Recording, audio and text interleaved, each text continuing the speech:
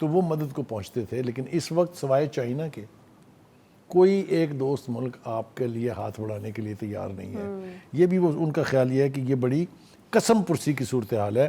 لہٰذا وہ کہتے ہیں کہ ہمیں حکومت کو اور عوام دونوں کو چین کا شکریہ ادا کرنا چاہیے کہ اس نے اس کڑے حالات میں بھی $70 کروڑ دیا آپ کو صرف 3 دن پہلے, جو آپ کے اسٹیٹ بینک میں وصول ہو گیا ہے. ٹھیک ہے جی. اور پھر انہوں نے بھی یہی آرگو کیا ہے کہ جب جو فیصلے کرنے تھے وہ آپ نے نہیں کیے, اور اب جو فیصلے نہیں کرنے چاہیے وہ آپ کر رہے ہیں. آپ دیکھیے ہماری قسمت کیا ہے قوم کی حیثیت سے, کہ ہماری لیڈرشپ, چاہے وہ خان صاحب تھے, چاہے وہ میاں صاحب تھے, چاہے اب چھوٹے میاں صاحب ہیں, ہمارے لیے کوئی اچھی خبر نہیں ہے. ہم ہر اگلے لمحے کسی نہیں بخاری صاحب, یوں تو پھر ایسا لگ رہا ہے جیسا ہوپ بالکل ہی ختم ہوتی جا رہی ہے. آپ کی اپنی پارٹی کا ایک بندہ جو ہے وہ اٹھ کر یہ کہہ رہا ہے کہ آپ جو ابھی بھی اقدامات کر رہے ہیں وہ بھی غلط کر رہے ہیں, کھلواڑ کر رہے ہیں. تو پھر ایک عام آدمی کے لیے تو مایوسی ہے, اس کو لگ رہا ہے کہ ابھی بھی کچھ نہیں ہو رہا. ہمارے ساتھ ایک کے بعد دوسرا ہاتھ ہوا ہے. آپ دیکھیے جو ہماری ریمیٹنسز ہوتی تھی وہ پاکستان کی اکانومی کا ایک بہت بڑا حصہ ہے. جو اوورسیز پاکستانیز ہیں انہوں نے ڈالر بینکوں سے بھیجنے بند کر دیے ہیں, اس لیے کہ ان کو قیمت ہی نہیں ملتی پوری. وہ ہنڈی سے بھیج رہے ہیں, لہٰذا آپ کے ہاں آنے والا ڈالر نہ کہیں رجسٹر ہو رہا ہے, نہ کہیں جمع ہو رہا ہے, اور دوسری طرف یعنی سمگل ہو رہا ہے افغانستان کے راستے. آپ یہ دیکھیے کہ وہ جس کو کہتے ہیں نا شومی قسمت دیکھیں آپ. اور عوام کا جہاں تک تعلق ہے وہ بقول شاعر کے, میں ایک منیر مجھ کو ایک اور دریا کا سامنا تھا, میں ایک دریا کے پار اترا تو میں نے دیکھا. ہر صبح اٹھتی ہے قوم تو ایک نیا جھٹکا برداشت کرنے کے لیے اس کو تیاری کرنی پڑتی ہے. کبھی وہ بجلی کا جھٹکا لگ رہا ہے, کبھی وہ گیس کی قیمت کا جھٹکا لگ رہا ہے, کبھی ڈالر سار قابو میں نہیں ہے, اور دلاسے دیے جا رہے ہیں. صبح سے شام تک آپ کو تسلیاں دی جا رہی ہیں. اسحاق ڈار صاحب کہتے ہیں کہ دیکھیں وہ جو ملک دشمن عناصر ہیں وہ پھیلا رہے ہیں یہ افواہیں کہ ڈیفالٹ ہو رہا ہے. اچھا, لیکن آپ کا ڈیفنس منسٹر جو ہے وہ یہ کہتا ہے ڈیفالٹ تو ہو چکا. مطلب ہم کہاں جائیں, قوم کس سے سوال کرے, کس کی طرف دیکھے کہ بھائی میرے مستقبل کے لیے آپ کے پاس کیا پالیسی ہے, کیا اسٹریٹجی ہے, کیا حکمت عملی ہے جس سے مجھے ریلیف ملے گا. جو شخص مزدوری کرتا ہے, جس کی منیمم ویجز ہم نے 25,000 کر کے بہت بڑا احسان کیا تھا, آپ مجھے بتائیے وہ کیا کھائے گا, کیا بچوں کو کھلائے گا, کیا پڑھائے گا, کیا بیماری کاٹے گا, کیا شادی غم دکھ جو ہے کیسے برداشت کرے گا. لہٰذا مفتیٰ صاحب نے بھی کہا ہے اور طرف سے بھی آوازیں اٹھ رہی ہیں کہ آپ منیمم ویجز جو ہے وہ 35,000 کر دیں کم از کم, اور جو 1 لاکھ تک تنخواہ والے لوگ ہیں ان کے 15 سے 20% تک اضافہ کر دیں. یہ وہ ریمیڈیز ہو سکتی ہیں کہ آدمی سسٹین کرنے کی پوزیشن میں ہو جائے کہ قیمتیں اگر بڑھ رہی ہیں تو مجھے ریلیف بھی مل رہا ہے. قیمتیں آپ بڑھائے چلے جا رہے ہیں, ریلیف کا نام صفر ہے. بخاری صاحب, یہ کس قسم کی تسلی ہے کہ آپ تسلی رکھیں جی کوئی مسئلہ نہیں, بس 2-3 دن میں ہمارا معاہدہ جو ہے وہ سیٹل ہو رہا ہے IMF کے ساتھ. آپ نے بالکل ٹھیک کہا, ٹھیک ہے ہو رہا ہے, لیکن جو آج بھی عذاب نازل ہو رہے ہیں وہ بھی تو ساتھ ساتھ آج بھی اسحاق ڈار صاحب نے یہ وعدہ فرمایا ہے کہ 1 ہفتے کے اندر یہ ہم مسئلہ حل کر لیں گے, ہماری ڈیل ہو جائے گی اور اس کے بعد سے صورتحال بہتر ہو جائے گی. لیکن یہ ہفتہ کرتے ہوئے ان کو بھی اب 5 مہینے ہونے والے ہیں. ان کا آپ کو یاد ہوگا انہوں نے کہا تھا میں جو ہی آؤں گا تو ڈالر کو تو میں 200 کی سطح پہ لے آؤں گا. آیا وہ تو قابو ہی نہیں آ رہا, وہ تو اڑانے بھر رہا ہے ایسی.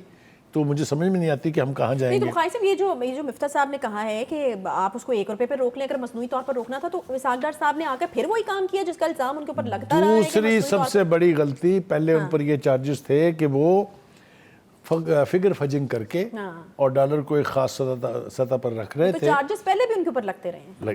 چارجز نہیں تھے, وہ حقائق ہی تھے. لیکن اب جو بات ہے وہ عوام کی طرف سے کم اور خود ان کے سابقہ فائنانس منسٹر کی طرف سے زیادہ آئی ہے. وہ یہ کہہ رہے ہیں کہ یہ جو ڈالر کو مصنوعی طور پہ ایک خاص سطح تک روکنے کی حرکت تھی, اس نے بھی تباہی میں اضافہ کیا ہے. میرے خیال سے جو کام ہمارے ہاں نہیں ہو رہا, ہماری حکومت کو چاہیے یہ تھا کہ جتنے بھی اس کے اکنامک ایکسپرٹس ہیں جو یہ سمجھتے ہیں کہ ان کے اکنامک ارسطوز اور افلاطونز ہیں, ان کو اکٹھا کریں, کوئی ایک اسٹریٹجی بنائیں, کوئی ایک نیشنل کنسنسس کی طرف بڑھیں تاکہ اس مہنگائی سے غریب عوام کی جان جو ہے وہ چھٹ سکے. اب 2-3 باتیں اور عرض کرنی ہے. عمران خان صاحب نے بھی آج ایک ٹویٹ کیا ہے اور اس ٹویٹ میں خوفناک سمت میں اشارہ ہے. کہتے ہیں کہ 11 ماہ میں روپے کی قدر میں 65% جو ہے وہ کمی آئی ہے، یعنی گر گئی ہے، اور یوں ملک قرضوں کا بوجھ جو ہے وہ 114 ارب روپے سے زیادہ بڑھ گیا ہے۔ اور اگلی بات جو وہ کہتے ہیں کہ مہنگائی اس وقت 75 سال کی بلند ترین سطح پر ہے۔ آپ مجھے بتائیے تو پھر ہم جائیں تو جائیں کہاں؟ دوسری بات اس میں سے ویسے ان کی باتوں میں سے غلط کچھ نہیں ہے۔ نہیں وہ ظاہر ہے، حماد اظہر صاحب جو ہیں انہوں نے بھی کہا ہے کہ اعداد و شمار دیوالیہ ہونے سے بھی آگے بڑھ گئے ہیں۔ کل تک ہم لوگ ریزسٹ کرتے تھے کہ شاید یہ پروپیگنڈا ہے، چونکہ اپوزیشن ہے، پہلے حکومت میں تھے اب اپوزیشن میں ہے، اور یہ پروپیگنڈے کی خاطر جو ہے یہ سب کچھ کہا جا رہا ہے، لیکن جو گراؤنڈ ریالٹیز ہیں وہ اب آپ کو اور مجھے سمجھ میں آ رہی ہیں کہ یقینی طور پر ہم ایک خوفناک سمت کی طرف رواں دواں ہیں۔ اب الزام یہ جس پر مرضی ڈالیں، حکومت میں اور آپ تو نہیں تھے نا، عوام تھی، جس کا بھی قصور ہے سزا تو عوام کو ملی ہے نا۔ یہ ایک دوسرے کے اوپر بلیم گیم جو ہے وہ کھیلتے رہے، مجھے اور آپ کو کیا ملے گا اس میں، عوام کو کیا ملے گا اس میں؟ یہی حال ہر چیز عوام کو تو ریلیف چاہیے نا بخاری صاحب، وہ اس کو گرمیوں میں بھی اب نہیں ملنا۔ دیکھ لیں 3 روپے 23 پیسے فی یونٹ سرچارج عائد ہو گیا جو میں نہیں ڈرانا چاہتا تھا، رمضان میں بھی کوئی ریلیف نہیں ملنا۔ یہ اب آ گئی نا، میں نہیں ڈرانا چاہتا تھا وہ یہ کہ یہ کہا جا رہا ہے کہ اگر یہی روش جاری رہتی ہے تو رمضان تباہ کن حالات جو ہے اس سے دوچار کرے گا پوری قوم کو۔ لوگوں نے ایک اور کام کرنا شروع کیا ہے جو بہت ڈینجرس ہے، وہ یہ کہ 2 مہینے کا راشن لے کے گھروں میں ڈالنا شروع کر دیا ہے۔ اچھا، اور میں سمجھتا ہوں وہ جسٹیفائیڈ ہے، کیونکہ ہر صبح اٹھ کے ایک نیا ریٹ، ایک نئی مہنگائی کا سامنا آپ کو کرنا پڑ رہا ہے، تو کیا ہوگا؟ فوڈ شارٹیج کا تصور کر سکتی ہیں آپ جو کبھی جنگوں میں ہوتا ہے؟ یہ بہت ہی ناقابل برداشت صورتحال ہے، اور مجھے حیرت اس بات پہ ہے کہ حکومت کا فوکس ابھی بھی مہنگائی کی طرف نہیں ہے۔ بہت ساری باتیں ہو رہی ہیں، کیبنٹ میٹنگز بھی ہو رہی ہیں، نیشنل سیکورٹی کمیٹی کی میٹنگز بھی ہو جاتی ہیں، ایپیکس کمیٹی کی 2 میٹنگز ہو چکی ہیں، لیکن ریلیف کے لیے جو عوام ہے وہ ترس رہی ہے۔ اب بخاری صاحب میرا نہیں خیال کہ یہ جو اقتدار کے ایوانوں میں بیٹھے ہوئے لوگ ہیں یہ اس چیز کا اندازہ لگا سکتے ہیں کہ اگر 2 مہینے کا ایک بندہ راشن ڈال رہا ہے اور وہ اس خدشے کی وجہ سے ڈال رہا ہے کہ اگلے مہینے اگر وہ راشن خریدے گا تو اسے 5 یا 10 ہزار روپے مہنگا ملے گا، تو اس کے بجٹ کے اوپر یہ 5 اور 10 ہزار کتنے امپورٹنٹ ہیں یا کتنا اثر ڈالتے ہیں؟ تو ان کے لیے نہیں ہے یہ ضروری بات، دیکھیے جو خوفناک صورتحال ہے وہ یہ ہے کہ جو غریب آدمی ہے، جو سیلریڈ کلاس ہے، وہ پستی چلی جا رہی ہے، لیکن پیٹرول کی قیمتوں میں کتنا اضافہ ہوا ہے؟ گاڑیوں کی تعداد کم ہوئی، لہذا وہ جو ایک طبقہ ہے مراعات یافتہ کہہ لیں آپ اس کو، یا امیر طبقہ جو ہے، ان کے صحت پر کوئی اثر نہیں ہے کہ مرغی کا گوشت جو ہے وہ 800 روپے کلو ہو جائے، لیکن ایک عام آدمی جو ہے اس کو تو چند روپیوں کا بھی فیل ہوتا ہے اس کو کہ یہ میرے لیے میری برداشت سے باہر ہے۔ تو صورتحال ایک انتہائی خوفناک سمت میں اشارہ کر رہی ہے۔ ہمارے حکمرانوں کو چاہیے کہ بجائے اس کے کہ وہ لفظی جنگ جو ہے، وہ آپ نے حوالہ دیا تھا مریم نواز نے جو آج ٹویٹ کی ہے، جواب دیا ہے خان صاحب کی ٹویٹ کا، انہوں نے فرمایا ہے کہ ظالمانہ ڈیل اور اس کی خلاف ورزی نے IMF کے ساتھ اس ملک کو معاشی بدحالی کی راہ پر ڈال دیا ہے، تو بھائی آپ ٹھیک کر لیں۔ ٹھیک ہے، نہیں وہ تو کہہ رہی ہیں ہم ٹھیک کر رہے ہیں، نہیں وہ کر رہے ہیں، ہو نہیں رہا نا، بات لمبی چلتی جا رہی ہے۔ اگر اس حکومت کی کریڈیبلٹی نہیں ہے تو یہ قصور عمران خان کا تو نہیں ہے نا، صحیح ہے، یہ قصور تو ان کا اپنا ہے نا۔ بہرحال دوسری بات وہ یہ کہتی ہیں کہ ڈٹائی دیکھو، وہ لوگ جو تمہاری اس گندگی کو ختم کر رہے ہیں تم اپنا گند ان کے سر ڈال رہے ہو، چپ کر کے بیٹھو۔ دھمکی بھی ہے اس میں۔ مزید وہ کہتی ہیں کہ اس تباہی کے لیے ان تمام لوگوں کا شکریہ ادا کرنا نہ بھولنا جو تمہیں 4 سال تک پالتے رہے، اور عدلیہ میں ان کی باقیات کا بھی شکریہ ادا کرنا جن پر تم اب بھی بھروسہ کر رہے ہو۔ اب دیکھیں یہ بڑی سیریس چارجز ہیں، آپ عدلیہ کے اوپر بھی اسپرشن کاسٹ کر رہی ہیں، آپ اسٹیبلشمنٹ کے اوپر بھی کر رہی ہیں۔ میرے خیال سے ہمیں لفظی جنگ ترک کرنی پڑے گی، تبھی شاید عوام کا کوئی بھلا ہو۔ یہیں سے ہم گفتگو کا دوبارہ سے آغاز کریں گے، اور اسپیشلی ایک تو یہ جو چیزوں کے ریٹ بڑھے ہیں یہ میرے خیال میں ان کو ڈسکس کرنا بہت ضروری ہے۔ ایک مثال ہی لے لیجئے کہ گھی کا جو ڈبہ ہے سبسڈی والا، اس میں 115 روپے کا اضافہ ہوا۔ یہ صرف ابھی ایک چیز ہے جس کی میں بات کر رہی ہوں، اور اگر مفتاح اسماعیل صاحب کی سجیشن کو مان بھی لیا جائے اور کم از کم جو سیلری ہے اس کو 35,000 کر بھی لیا جائے، تو آج بخاری صاحب نے مجھے بتانا ہے کہ غریب آدمی جو ہے وہ اس میں کس طریقے سے اپنا گھر کا ایک بجٹ جو ہے وہ بنائے گا، اور کس طرح سے وہ پورا مہینہ جو ہے اب وہ چلائے گا. اس کے اوپر ہم بات کریں گے. مہنگائی کا واقعی ایک طوفان ہے جو اس وقت ہمارے سامنے کھڑا ہوا ہے اور یہ یہاں رکنے والا نہیں ہے. آنے والے دنوں میں اس میں اضافہ ہی ہوتا چلا جائے گا. ایک چھوٹا سا بریک لیتے ہیں, ساتھ رہیے گا.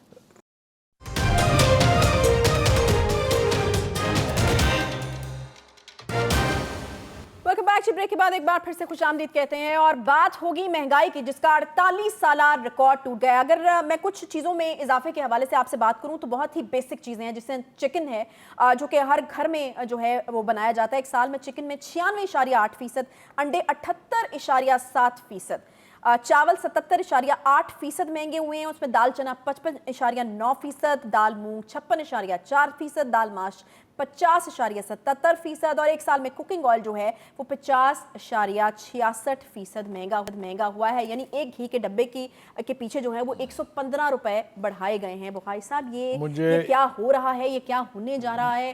رمضان میں لوگوں کا کیا ہوگا جب سبسڈیاں دی جاتی ہیں, جب یہ جو ویسٹرن ممالک ہیں ہم دیکھتے ہیں کہ وہاں پر بھی سٹورز کے اندر جو ہیں وہ سبسڈیز دی جاتی ہیں عوام کو کہ جی مسلمانوں کے لیے جو ہے وہ اہتمام کیا جاتا ہے رمضان کا. ہمارا رمضان میں اور آگے آنے والی گرمیوں میں کیا حال ہونے والا ہے؟ پہلی بات تو یہ کہ آپ نے بہت اچھا کیا کہ آپ نے وہ سارا نہیں پڑھ دیا. میرے خیال ہے سن کے لوگوں کی سانسیں ویسے ہی رک جاتی. صحیح بات ہے, یہ پوری لمبی جس لسٹ ہے. قسم کی یہ منظرنامہ ہے, شاید ہمارے ہاں دکھا رہے ہوں گے وہ, کہ یہ مہنگائی کی کیفیت تو میں نے اپنی زندگی میں کبھی اس طرح کی نہیں دیکھی ہے. پکچر جو یہ گرم پکچر اس وقت ہمیں نظر آ رہی ہے, میرے خیال سے یا تو چیزیں بے قابو ہوتی جا رہی ہیں, حکومت کے قابو میں نہیں ہے, یا ان کو ادراک نہیں ہے, یا ان کا خیال یہ ہے کہ عوام چپ بیٹھی ہوئی ہے لہذا برداشت کرتی رہے گی, جو مرضی آپ کرتے رہیں.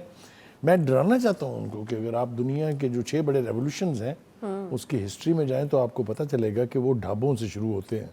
اچھا, تو میں کسی قسم کی دھمکی نہیں دے رہا, میں صرف یاد دہانی کرا رہا ہوں حکمرانوں سے کہ یہ آپ کی ذمہ داری ہے کہ غریب کا چولہا جلے.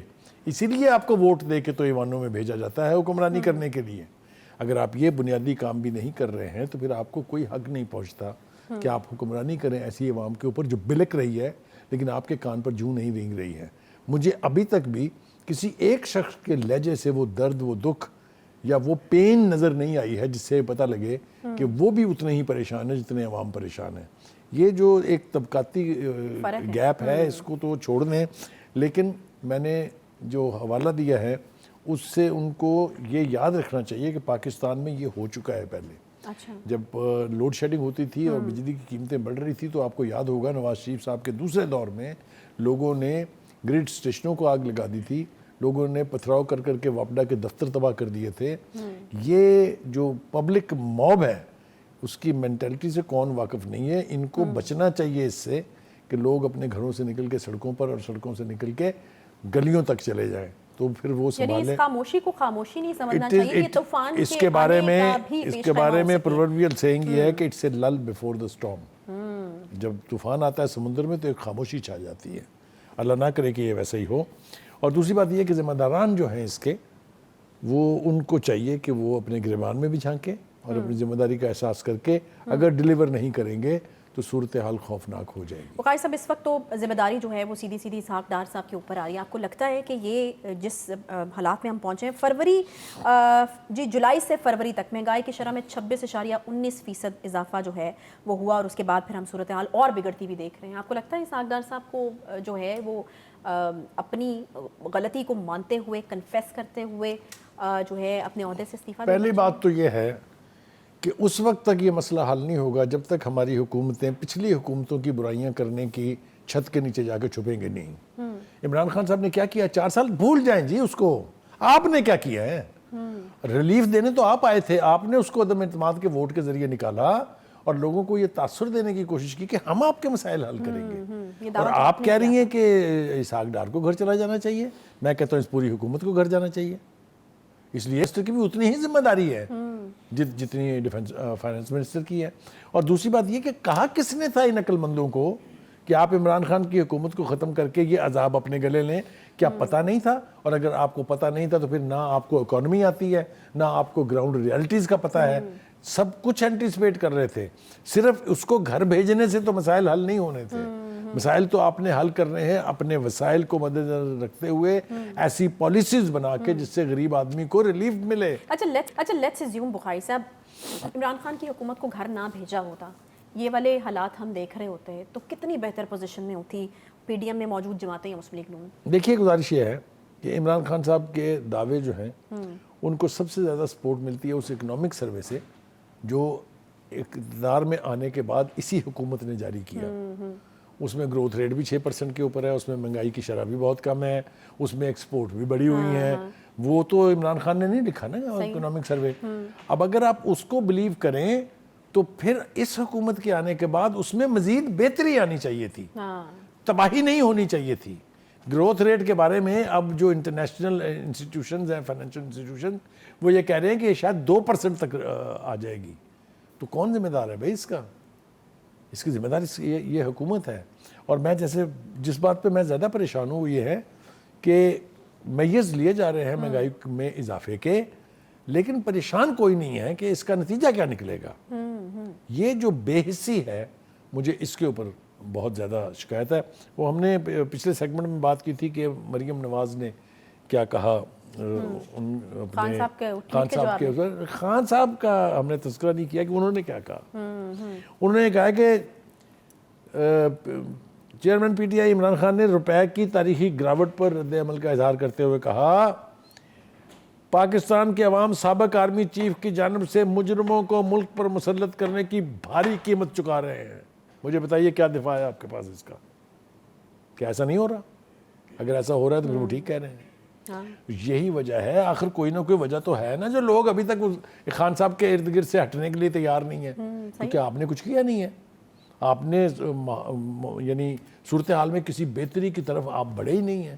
اگر یہی حالت رہی تو اگلے الیکشن میں آپ کے ساتھ کیا ہونے والا ہے یہ میں ابھی پریڈکٹ کرنا نہیں چاہتا ہوں, لیکن مجھے کوئی خیر کی خبر جو ہے وہ دکھائی نہیں دیتی, نہ مجھے اس کی توقع ہے, کیونکہ عوام بڑے ظالم لوگ ہیں اس حوالے سے کہ جب موقع آتا ہے, جب آپ کو ووٹ دے کے انہوں نے یعنی حکمرانی کے لیے بھیجنا ہوتا ہے, دیٹ از دا ٹائم جب وہ انتقام لیتے ہیں حکومتوں کی ناقص پالیسیوں کا. اور اگر یہ ہوا تو آپ خود ہی سوچ لیں کہ صورتحال کیا بنے گی. جی اگلی بات دیکھیں, ایسے فیصلے جن سے بچا جا سکتا تھا, میں نے اس پروگرام میں پہلے بھی کہا تھا, آج میں اپنی بات دہرا رہا ہوں ایک مثال دینے کے لیے, کہ سویابین کے 3 جہاز امپورٹ کیے گئے. جب وہ بارڈر پر پہنچے تو ان سے پیسوں کا تقاضا کیا گیا. You know what I mean by pieces. یہ آپ پہلے بھی ذکر کر چکے ہیں. انہوں نے کہا جی ہم تو اس پوزیشن میں نہیں ہیں کہ دیں, پہلے ہی ہمیں بہت مہنگے پڑ رہے ہیں. انہوں نے کہا جی پھر یہ اندر نہیں داخل ہو سکتے کیونکہ مال ناقص ہے. پچھلے یعنی جبکہ میں بات کر رہا ہوں 4 مہینے تک وہ جہاز کھڑے رہے, ڈیمیج پڑتا رہا. الٹیمیٹلی حکومت پاکستان نے مشورہ پتہ کیا دیا کہ انہیں کہیں اور لے جائیں آپ. اچھا. اس وقت وہ سارے جو امپورٹر تھے انہوں نے کہا تھا کہ اگر یہ جہاز نہ آنے دیے گئے تو مرغی اس ملک میں 800 روپے فی کلو بکے گی. 700 تو ٹچ کر چکی ہے نا. وہ ہم نے بالکل سچ ہوتے ہوئے ہم دیکھ رہے ہیں. اب آپ مجھے بتائیے کس کا قصور ہے یہ؟ اس میں عوام کا کیا قصور ہے؟ اگر اس وقت پیسوں کے لالچ میں آپ نے یہ حرکت نہ کی ہوتی تو آج مرغی 400 سے اوپر نہیں جا سکتی تھی. تو اس طرح کے فیصلے تو خدا کے واسطے آپ نہ کریں جس سے عوام کا خون آپ نچوڑتے چلے جائیں. ہر روز ایک نیا اقدام آپ نے کیا ہوتا ہے, ہر روز اس کے نتیجے میں قیمتیں مزید بڑھ رہی ہیں. جس طرح میں نے اشارہ کیا, آپ نے بھی آج لفٹ نہیں کرائی اس بات کو. کس بات کو؟ قیمتیں بڑھنا ایک چیز ہے, فوڈ شارٹیج دوسری چیز ہے. اس قدر خوفناک چیز کا نام ہے کہ آپ تصور نہیں کر سکتے. جب جنگیں ہو رہی ہوتی ہیں ملکوں کے بیچ تب اس قسم کی کیفیت آتی ہے. وہ خدا کے واسطے شہباز شریف صاحب توجہ کریں اس طرف, فوکس کریں اس کو. جائیں دوست ملکوں کے پاس. کوئی بڑے افسوس کی بات ہے بخاری صاحب, ایک چیز جو میں محسوس کر رہی ہوں, میں نے کہا کہ وہ میں شیئر کر لوں, کہ نارمل جس روٹین میں چیزیں چل رہی ہیں اس طرح ہی چل رہی ہیں. جیسا آپ نے کہا کہ مجھے لگ نہیں رہا کسی ایک بھی سیاستدان کے رویے یا لہجے سے کہ وہ درد محسوس کر رہا ہے. اس وقت تو ایمرجنسی کی سچویشن ہونی چاہیے تھی. اس وقت تو سب کو جو ہے وہ ایک ہی چیز کے حوالے سے چھوڑ کے اس کے اوپر فوکس کرنا بات کریں, لیکن ابھی بھی ہم دیکھ رہے ہیں کہ پالیٹکس جو ہے وہ ہو رہی ہے. اچھا مجھے یہ بتائیے کہ ابھی تو فی الحال جو ایک بیسک سیلری ہے 25,000 روپیہ, بڑی مہربانی جی مفتاح اسماعیل صاحب کی, وہ کہتے ہیں کہ 35,000 ہو جانی چاہیے, لیکن اگر 35,000 ہو بھی جاتی ہے فار انسٹنس تو ایک غریب آدمی اس میں اپنا بجٹ کیسے بنائے؟ ایک بجٹ بنانے کے لیے تو 50,000 بھی کم ہے, لیکن کرایہ بھی دینا ہے, اگر کسی کو بجلی کا بل بھی دینا ہے, بچے اسکول بھی پڑھانے ہیں. یہ میئرز ایسے ہیں جو کاسمیٹک نہیں ہیں. جو شخص اس وقت 25,000 میں گزارا کر رہا ہے اس کو 10,000 فالتو ملیں گے تو بہت ساری چیزوں میں اسے ریلیف ملے گا, وہ فیل کرے گا کہ میرے لیے کسی نے فیل کیا ہے. لیکن اگر آپ اس کے 20,000 میں جو وہ گزارا کر رہا تھا اس کو 50 کی سطح پہ لے جائیں اور پیسہ اس کا ایک نہ بڑھے تنخواہ کا, تو وہ بتائیے کیا نہیں کرے گا وہ.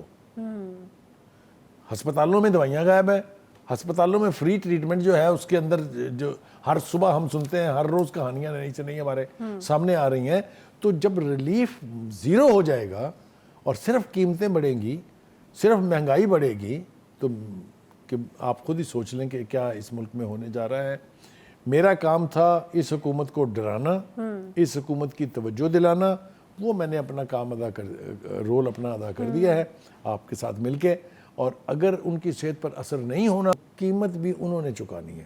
میں نے آپ نے بخاری صاحب اس کی قیمت عوام بھی وہ تو چکا رہے ہیں, ہم وہ تو دیکھتے ہیں آلریڈی چکا رہے ہیں, ان کی تو قوت برداشت سے چیزیں باہر ہیں. دیکھتے ہیں کہ بچوں سمیت خودکشیاں کی جاتی ہیں. پھر ہم اس طرح کے واقعات دیکھتے ہیں جس طرح ٹرکی سے اٹلی جاتے ہوئے پاکستانی سوار تھے اس کشتی میں بڑی تعداد میں. وہ کاہے کے لیے گئے تھے؟ وہ روزگار کی تلاش میں گئے تھے, کیونکہ یہاں ان کو کچھ نہیں مل رہا. یہاں پہ مایوسی بڑھتی چلی جا رہی ہے. وہ جو خان صاحب کہتے ہیں نا کہ 7 لاکھ بندہ, فواد چودھری کہتے ہیں 8 لاکھ بندہ چھوڑ کے چلا گیا پچھلے 1 سال میں, وہ روزگار کی تلاش میں گئے ہیں, کوئی ٹورزم کرنے نہیں گئے ہیں باہر. خوشی سے نہیں گئے. ہاں. اور پھر اس طرح کے جب حادثات ہوتے ہیں تو آپ ذرا ان کے گھر والوں کے بارے میں سوچیں, جنہیں یہ توقع پیدا ہو گئی تھی کہ شاید ان کو جا کے باہر جاب مل جائے گا, تمہارے حالات بہتر ہو جائیں. یہ سب کچھ جو ہے یہ بہت ہی گلومی پکچر کو ڈپکٹ کر رہا ہے. اتنی گلومی پکچر میں نے اپنی 75 سالہ زندگی میں نہیں دیکھی ہے, اور میں نے اتنی بے حسی بھی کبھی نہیں دیکھی. ایک چھوٹا سا یہاں پہ بریک لیں گے. ویری انفارچونیٹ, اور یقیناً اچھا بھی نہیں لگتا کہ اتنی ڈپریسنگ جو ہے وہ خبریں دی جائیں, ان کے اوپر بات کی جائے.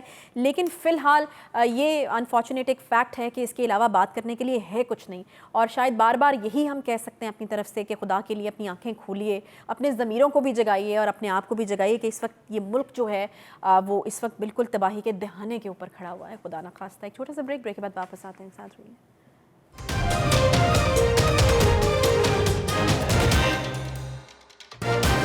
Welcome back. الیکشن کمیشن کا پنجاب اور کے پی میں انتخابی شیڈیول جو ہے وہ 54 دن کا رکھنے پر اتفاق ہوا ہے. جی, الیکشن کمیشن نے خیبر پختونخوا اور پنجاب کے انتخابات سپریم کورٹ کے حکم کی روشنی میں کرانے کا فیصلہ کر لیا ہے. اجلاس میں دونوں صوبوں کے مجوزہ تاریخوں پر مشاورت بھی کی گئی ہے. بخاری صاحب, اب کیا سمجھا جائے کہ اب جو کہہ دیا عدالت نے اس کے مطابق اب الیکشن ہونے جا رہے ہیں؟ کل سپریم کورٹ نے جو حکم نامہ جاری کیا اس کو پوری اسپرٹ سے کسی نے دیکھا ہی نہیں, نہ پرکھا ہے اس کو کہ اس کے اندر کیا کیا لکھا ہوا ہے. اس کے اندر 2 باتیں لکھی ہیں. ایک تو یہ کہ جہاں کی اسمبلی گورنر تحلیل نہ کرے وہاں پریزیڈنٹ جو ہے وہ ڈیٹ دے سکتا ہے, لیکن مشاورت کے ساتھ. صحیح ہے. اور مشاورت میں کیا ہے کہ اگر تاریخ جو اس کا اعلان کرنے جا رہے ہیں آپ سمجھیں کہ اس میں اس تاریخ تک الیکشن نہیں ہو سکتے, تو چیف الیکشن کمشنر ڈیویٹ کر سکتا ہے اس ڈیٹ سے. مائنڈیٹ یہ لکھا ہوا ہے اس کے پیراگراف میں. دوسری بات یہ کہ بالکل ٹھیک ہے کہ اتفاق ہو گیا کہ پنجاب اور کے پی کے میں 54 دن میں الیکشن ہوں گے. اس کا مطلب یہ ہوتا ہے کہ 54 دنوں میں آپ نے کاغذات نامزدگی جمع کرانے ہیں, اس کی تصدیق ہونی ہے, اس کی ویریفیکیشن ہونی ہے, اس کی اسکروٹنی ہونی ہے, سمبل الاٹ ہونے, بہت سارا کام ہے. ٹھیک ہے. الیکشن والے دن سے پہلے بہت سا کام ہے, اس کے لیے 54 دن درکار ہوتے ہیں. ٹھیک ہے. مگر یہ 54 دن شروع کب سے ہوں گے یہ طے نہیں ہے. اچھا, یہ طے نہیں ہے. بتائیں ہے اس میں نہیں, مطلب یہ تو کہا گیا ہے کہ کچھ تاریخیں جن کو مد نظر رکھا جائے گا, جیسے رمضان کو مد نظر رکھا جائے گا, عید الفطر یہ تو مزید اس میں جواز ہے نا تاخیر کرنے کا, اور بڑھ جائیں گی وہ بات, سمجھ نہیں آپ. تو اس لیے یہ جو خواہش تھی کہ اسمبلی ٹوٹنے سے 90 دن کے اندر اندر انتخاب ہو جائے, وہ تو نہیں ہو رہے. وہ تو نہیں ہو رہا. ٹھیک ہو گیا ایک بات. دوسری بات یہ کہ آپ نے بالکل ٹھیک کہا کہ عید اور رمضان ایسے تہوار ہیں, ایسے مہینے ہیں, ایسے ایام ہیں جس میں الیکشن نہیں ہوتا. یعنی آپ دیکھیں نا, روزے کے ساتھ کون سارا دن دھوپ میں کھڑا ہو کے انتظار کرے گا اپنے ووٹ دینے کا. تو کبھی بھی تاریخ میں پاکستان میں رمضان میں الیکشن نہیں ہوتے ہیں. ٹھیک ہے. اور obviously عید کے 3-4 دن جو ہوتے ہیں فیسٹیوٹیز کے, اس میں بھی ایسا کچھ نہیں ہوتا ہے. نہیں تو بخاری صاحب وہ جواز اب کلیئر ہو گئے جو کہ الیکشن کمیشن پہلے دے رہا تھا کہ وسائل نہیں ہیں, اس نے بھی منع کر دیا, اس نے بھی منع کر دیا. اب الیکشن کمیشن از ریڈی اور پریپیئرڈ. دیکھیے ابھی تو سیاسی جماعتیں بھی یہی دعویٰ کر رہی ہیں کہ ہم تیار ہیں. مریم نے آج کہا, بلاول نے کل کہا تھا. صحیح ہے کہ جناب ہم تو جس وقت کہیں آج اناؤنس کریں ہم الیکشن لڑنے کے لیے تیار ہیں. لیکن ایک اور بھی بیچ میں آواز ہے جس کا نام ہے رانا ثناء اللہ. وہ یہ کہتے ہیں کہ آئیڈیل سچویشن یہی ہے کہ آپ صوبائی اسمبلیوں کے اور نیشنل اسمبلی کے انتخابات ایک ہی دن کرائیں، ایک ساتھ ہونے چاہیے. لاجک تو اس میں اور نگران حکومتوں کی وہ تو مسٹ ہے. دیکھیں کانسٹیٹیوشن کی اسپرٹ یہ کہتی ہے کہ جب انتخابات ہوں تو مرکز میں بھی اور صوبوں میں بھی انٹرم گورنمنٹس ہونی چاہیے. صحیح، ٹھیک ہے. اب یہ سناریو کہ فرض کیجئے عمران خان صاحب کے پی کے میں بھی جیت جاتے ہیں، پنجاب میں بھی جیت جاتے ہیں، تو آپ مجھے بتائیے نون لیگ یہ کہے گی نہیں کہ یہاں الیکشن رگ ہوئے ہیں، یہاں سرکاری وسائل استعمال ہوئے ہیں، یہاں لوگوں کو بلا بلا کے وہ الیکشن متنازع کرنے والی بات ہے، متنازع ہو جائیں گے. تو آئیڈیلی تو یہی ہے کہ الیکشن ایک دن ہو، لیکن ایسا چونکہ خان صاحب بھی نہیں چاہتے کہ ایسا ہو، ان کو جلدی ہے، وہ چاہتے ہیں کہ ان 2 صوبوں میں الیکشن ہو جائیں، لیکن وہ سیناریو کیا بنے گا وہ ہماری سمجھ سے فی الحال جو ہے وہ بالا ابھی تر بھی ہے. پکچر کلیئر ہو نہیں رہی ہے کیونکہ اسٹیٹمنٹس تو آ جاتی ہیں جو 90 دن میں ہوں یا 54 دن کو رکھنے کا شیڈیول پر اتفاق ہوا ہے، لیکن پکچر کلیئر ہو نہیں رہی کہ ہوگا کیسے. ہاں نہیں بالکل آپ نے ٹھیک کہا، ابہام ہے. یعنی باوجود اس کے کہ بڑا کیٹیگورک ججمنٹ آیا ہے، لیکن اس کے اندر بھی بہت سارے جملے اور بہت ساری شکیں ایسی ہیں جس کی انٹرپریٹیشن درکار ہے، جیسا کہ میں نے ابھی وضاحت کرنے کی کوشش کی آپ کو. دوسری بات یہ ہے کہ اس کے ساتھ ساتھ اور بھی ایونٹس ایسے ہو رہے ہیں جس کے اوپر وقت تو نہیں ہے کہ بات کی جائے. مثال کے طور پہ فراگوگی کا معاملہ. فراگوگی جو ہے وہ چونکہ تحریک انصاف سے جڑی ہیں، عمران خان سے جڑی ہیں، بشرا بیوی سے جڑی ہوئی ہیں، لہٰذا الیکشن میں ایسے سٹنٹس بنانے کے لیے، ایسی جواز بنانے کے لیے جس سے عمران خان صاحب کی سیاست کو، ان کی پولیٹیکل کیمپین کو دھچکا لگے، حکومت کوشش کرے گی. لہٰذا وہ چاہ رہے ہیں کہ ریڈ وارنٹ کے ذریعے انٹرپول کو کہا جائے کہ وہ ان کو فراگوگی. لیکن آج انہوں نے اپنے وکیل کے ذریعے ایف آئی اے کا دائرہ اختیار چیلنج کر دیا. دیکھیں یہ چیلنج تو ہوتے رہتے ہیں نا، یہ تو روٹین کی بات ہے. اس میں تھوڑی سی تاخیر ضرور ہو جائے گی، ٹھیک ہے، لیکن جیسے خوفناک چارجز ہیں ان کے اوپر، اگر ایف آئی اے نہیں کرے گی تو نیب کرے گی، نیب نہیں کرے گی تو اینٹی کرپشن کرے گی. کسی نے تو کرنا ہے نا. جب اتنے بڑے بڑے دعوے کیے جا رہے ہیں حکومت کی طرف سے کہ انہوں نے اتنی میسو کرپشن کی ان اپوائنٹمنٹس ان سو مینی ادر تھنگس. اور پھر دوسری بات یہ کہ جو نہیں کرنا چاہیے لیکن ہوگا وہ ہے کہ خان صاحب کے گھر تک بات جائے. اوائڈ کرنا چاہیے اس کو. میں نے ہمیشہ یہ کہا ہے کہ سیاست میں گھروں کو نہیں لانا چاہیے. لیکن وہ چلی گئی نا بخاری صاحب، توشہ خانہ میں بلایا گیا تھا. وہی میں کہہ رہا ہوں نا کہ یہ بھی ایک بڑی خوفناک صورتحال ہے. اس کے ساتھ ساتھ امجد شعیب صاحب ہمارے دوست ہیں، میں آخری جملہ عرض کر دوں، ہمارے دوست ہیں، ان کو بری کر دیا گیا ہے. مجھے حیرت تھی ان کے خلاف جو اقدامات ہوئے تھے، چونکہ ڈھنگ کے آدمی ہیں، ہمارے ساتھ بیٹھ کے پروگرام کرتے رہتے تھے، بڑی ڈھنگ کی بات کرتے ہیں. اب مزید سنا ہے ان کے خلاف پرچہ درج کرنے کی بھی کوششیں ہو رہی ہیں. دیکھیں جو آوازیں اٹھتی ہوں نا، وہ چاہے حکومت کے خلاف ہوں، چاہے کسی سیاسی جماعت کے خلاف ہوں، ان کو سنب نہیں کرنا چاہیے، ان کو دبانا نہیں چاہیے. اسی کو اظہار رائے کہتے ہیں اور اس کو انشور کرنا چاہیے. بالکل اس کو انشور کرنا چاہیے. اس کے ساتھ ہی بہت شکریہ بخاری صاحب. اس کے ساتھ ہی پروگرام کا وقت یہاں پر ختم ہوتا ہے. انشاءاللہ آپ سے اگلے ہفتے ملاقات ہوگی. خیال رکھیے اپنا. اللہ حافظ.